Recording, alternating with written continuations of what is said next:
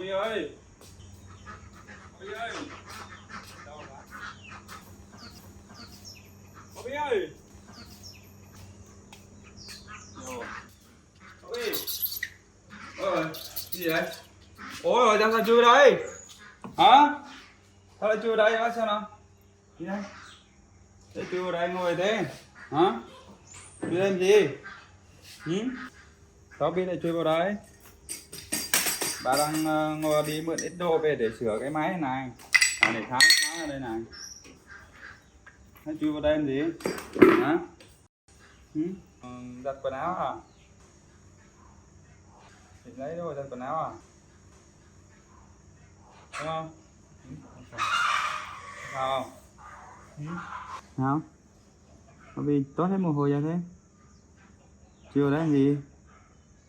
Đợi bà nha, bà đang tháo cái máy giặt để lấy đồ nha. Bobby ngồi đây chơi nhá. Bobby ngồi đây. Đây nha, ngồi đây xem bà tháo máy giặt nha.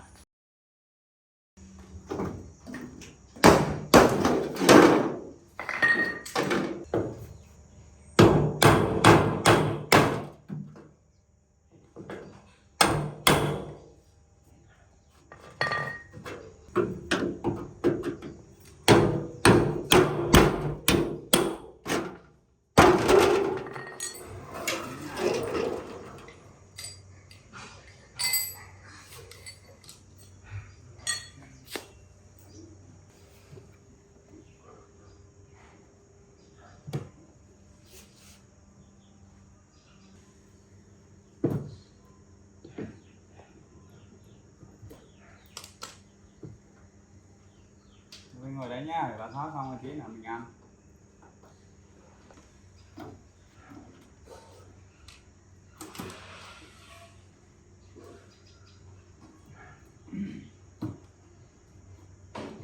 Ngồi đấy thôi.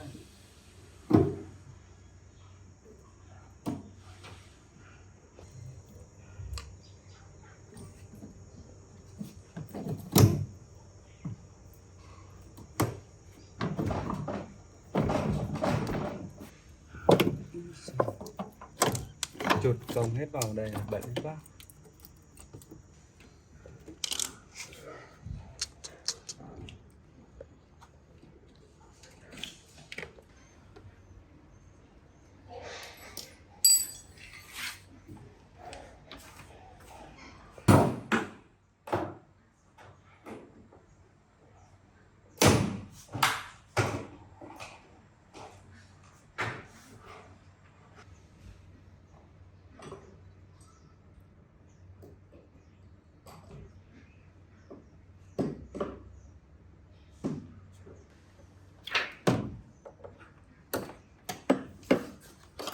Bạn này chắc hỏng không?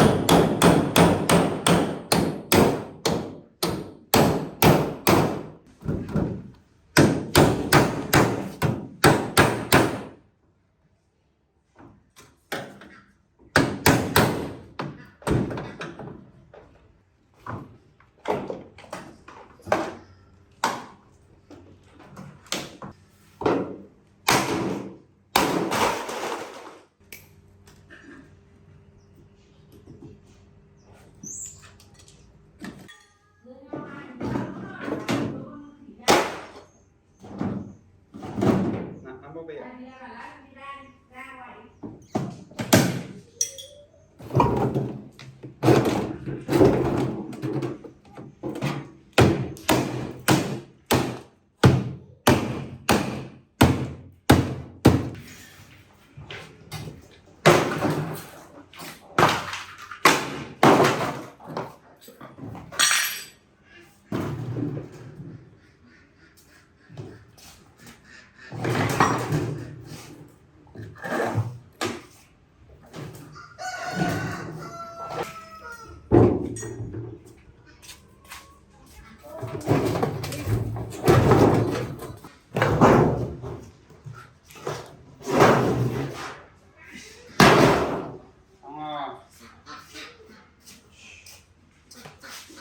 Thôi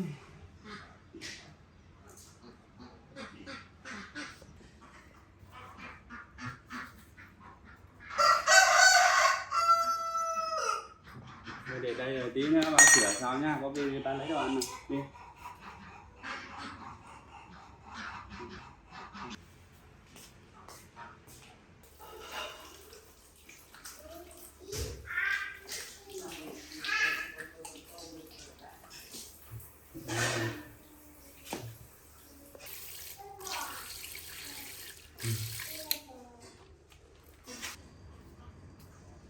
Nhá.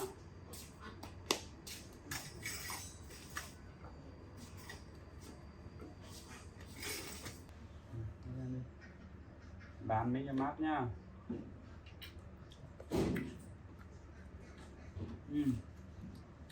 Mát.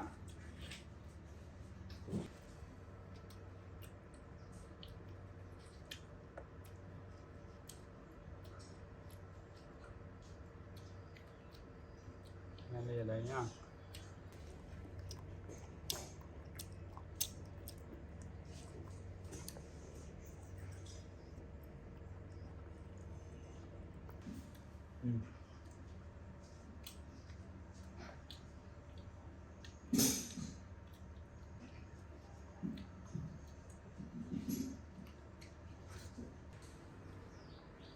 Đang tháo cái máy giặt để lấy cái lồng để làm cái lò đốt nhá.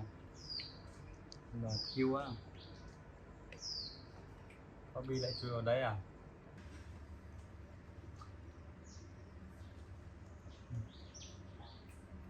Thôi ăn đi. Mấy lâu nay là tôi không có thời gian để quay video vì một số vấn đề là tôi cũng đã nói trước rồi đấy, là YouTube đang thay đổi chính sách mới nên tôi đang rất là bận đến đấy nên không có thời gian quay, tôi mới quay video được.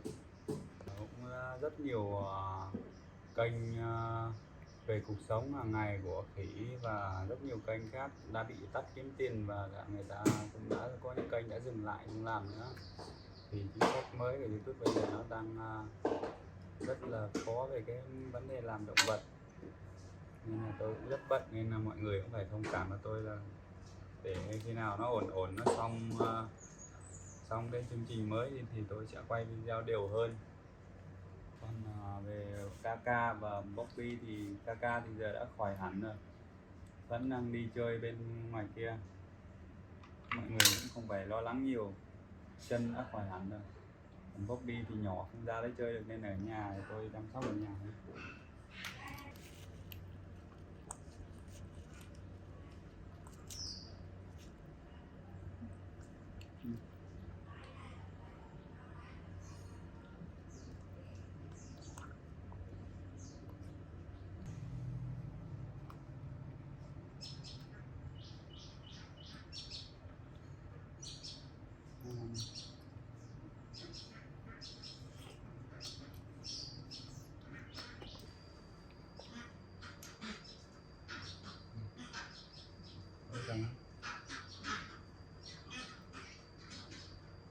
Ăn đi rồi tí nữa mà đói thì uống sữa nha.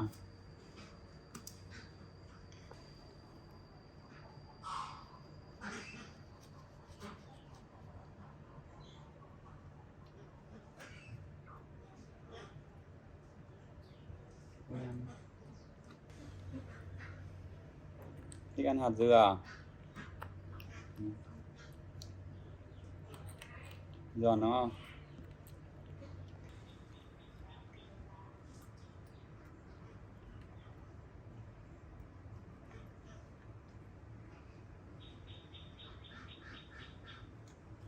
Bobby có ăn ruột nào không? Thôi nhá. Đây nào, bé đi rửa mồm này. Đây. Đây. Tí nữa bà lên bà dọn đi, hôm nay lau mồm.